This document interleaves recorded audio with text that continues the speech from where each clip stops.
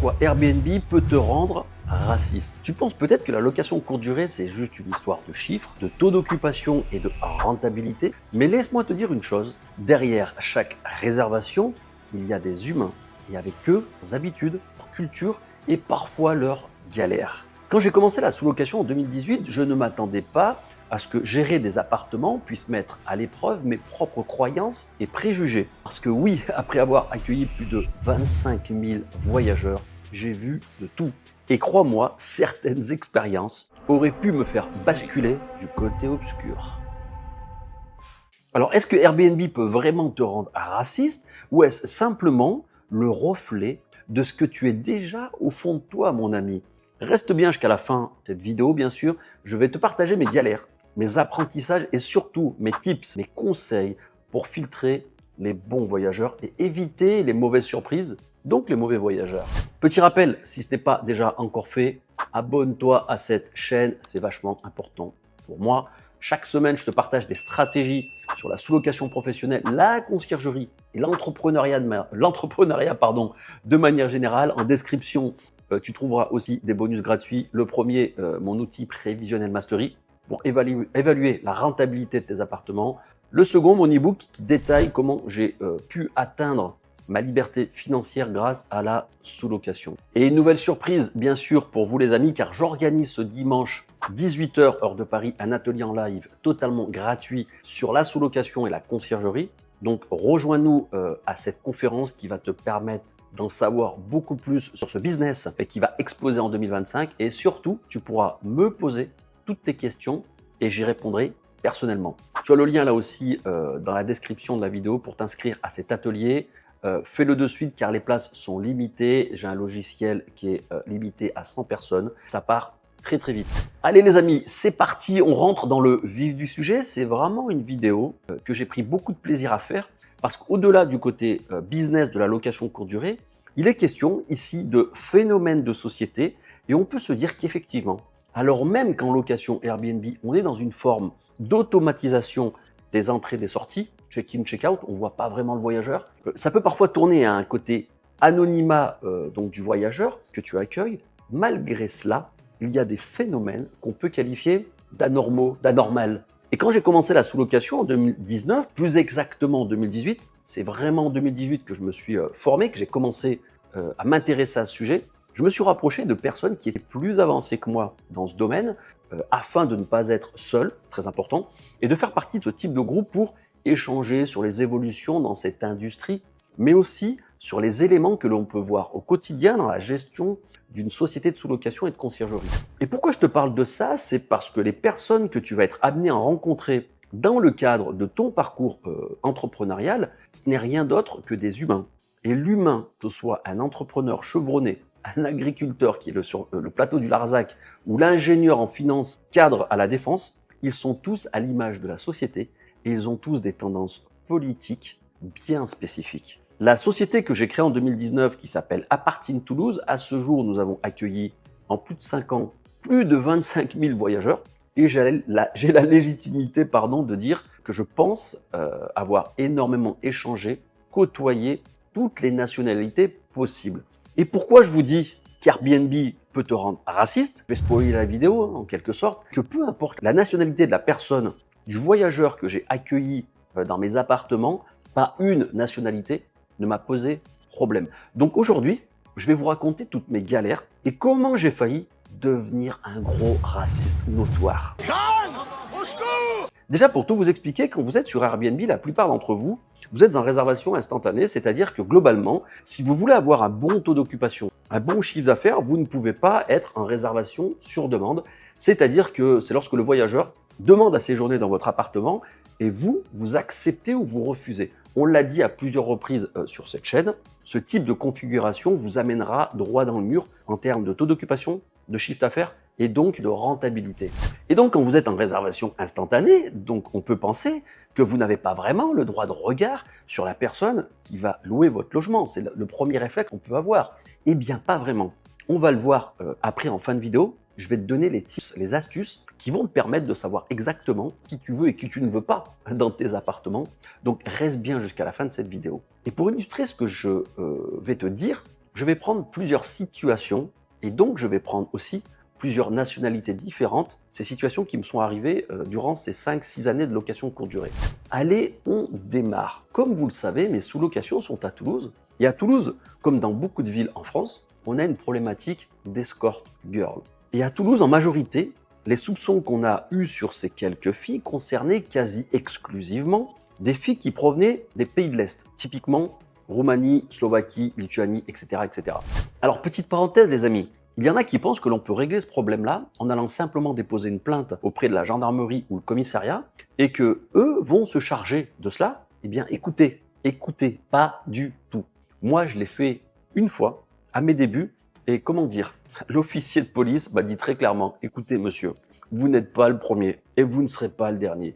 Je ne vais pas prendre votre plainte. Nous sommes conscients qu'il y a ce problème-là, que ça existe. Essayez simplement de faire attention à ne pas trop en accueillir, donc de ne pas éventuellement tomber dans une possible condamnation, mise en cause pour traite d'êtres humains, de la traite d'êtres humains, les amis. C'est grave quand même. Donc, c'est pas au niveau des services de police que tu vas avoir l'aide nécessaire pour combattre en quelque sorte ce problème-là. Donc, première nationalité ou bloc de nationalité avec qui j'avais des soucis, on va dire pays de l'Est. Parce que souci avec le voisinage, coup d'aller et venu. Souci d'un point de vue moral, parce que moi je ne l'accepte pas. Je n'accepte pas que des choses de ce type se passent dans mes appartements. On continue avec nos amis, on va dire les Asiatiques. Là aussi, je me rappelle d'un Asiatique, un Chinois, il me semble, voilà, je crois que c'est un Chinois, qui a loué un de mes appartements. Le check-in a été hyper compliqué parce qu'il ne parlait pas un mot d'anglais, ni le français d'ailleurs. Il n'avait pas les instructions d'entrée automatique avec la boîte à clés, donc j'ai dû me déplacer pour lui ouvrir les portes. Il a été vraiment extrêmement désagréable, pour ne pas dire autre chose. Au niveau du check-out, lorsqu'il devait partir, il m'a demandé à partir plus tard, ce que j'ai refusé parce qu'il y avait une personne qui venait derrière, donc compliqué pour le ménage. Pour manifester son mécontentement, il a laissé la cuisine dans un état de propreté vraiment pas possible, avec, excusez-moi les clichés, mais du riz brûlé dans le fond de la casserole. Donc la casserole était foutue. Et en plus, lorsqu'il est parti, il a mis chauffage à fond, il a laissé toutes les lumières allumées et il a balancé les clés par terre et a laissé la porte de l'appartement complètement ouverte. Donc vraiment, il a fait la totale, lui. Donc là aussi, les Chinois, moi, ça m'a posé problème, très clairement. On continue sur un autre de mes appartements, 3 jeunes qui réservent 2 maghrébins et un black, qui en plus étaient tous des locaux. Le problème des locaux, c'est que je ne vois pas pourquoi ils séjournent dans mon appartement, ils habitent déjà sur place. Par message, on voyait bien que c'est des gens qui avaient un peu du mal avec le bécherel. Ça parlait en mode « wesh wesh mon frère ». Ils ont fait la fête jusqu'à 1h du matin, ils ont dérangé tout le voisinage, la police est arrivée, le syndic de copropriété m'a convoqué, qui sont ces gens à qui vous louez cet appartement, ce n'est plus possible, vous ne pouvez plus continuer comme ça, monsieur. Donc vraiment, ça a chauffé pour moi. Ils m'ont laissé l'appartement dans un état dégueulasse, le sol collé partout. Ils ont dû faire tomber du coca ou je ne sais quoi. Je ne sais pas ce qu'ils ont fait, mais c'était vraiment très très sale. Donc là encore, les Maghrébins et les Blacks, problème, gros problème même. On continue au niveau des nationalités, puisqu'à Toulouse, nous sommes proches de l'Espagne. Donc beaucoup d'Espagnols viennent à partir du mois, on va dire d'avril-mai, jusqu'en septembre pour profiter un petit peu de la douceur toulousaine et visiter également un autre pays, et profiter de la richesse culturelle en Occitanie. Une famille d'Espagnols vient dans un de nos appartements et ils ont laissé cet appartement dans un état de propreté, excusez-moi les amis, avec du caca sur les draps.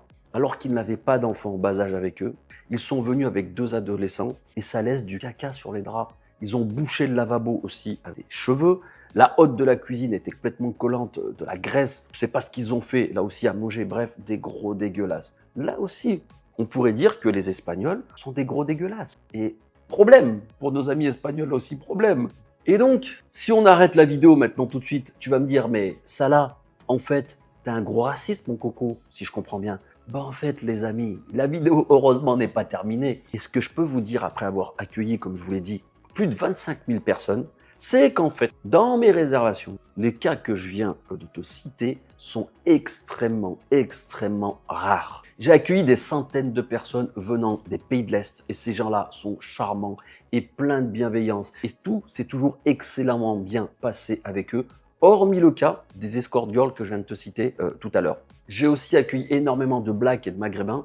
Et là aussi, tout s'est toujours excellemment bien passé, très poli, respectueux des lieux. hormis les quelques cas que je vous ai cités, de la même manière que j'ai accueilli énormément d'Asiatiques, que ce soit des Japonais, des Chinois, des Thaïlandais, etc., etc.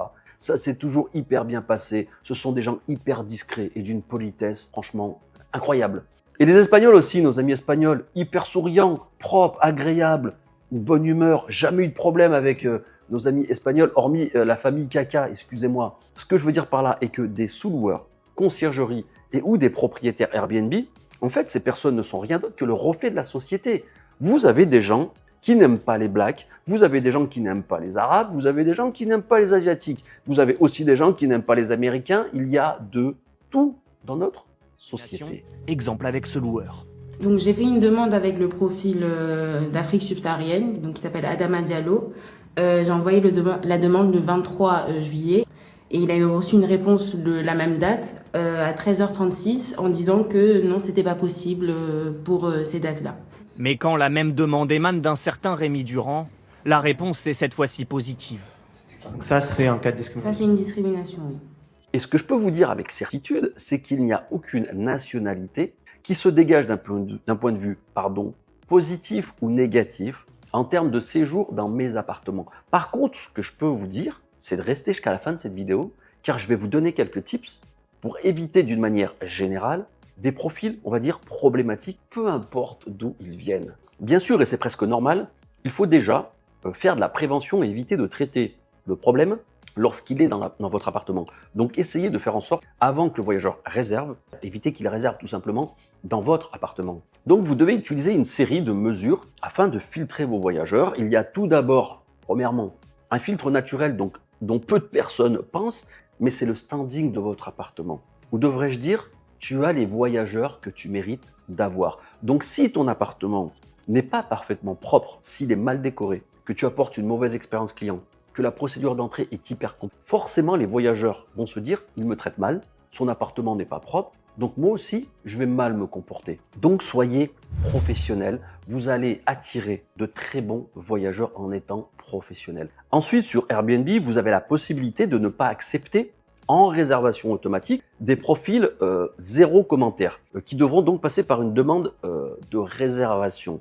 Vous avez à peu près la même chose, quasiment à peu de choses près, sur Booking où vous pouvez exiger que le voyageur ait indiqué son numéro de téléphone et son adresse. Ça déjà, que ce soit sur Airbnb ou sur Booking, ça vous enlève une grosse partie de potentiels mauvais voyageurs que j'appelle cas sociaux.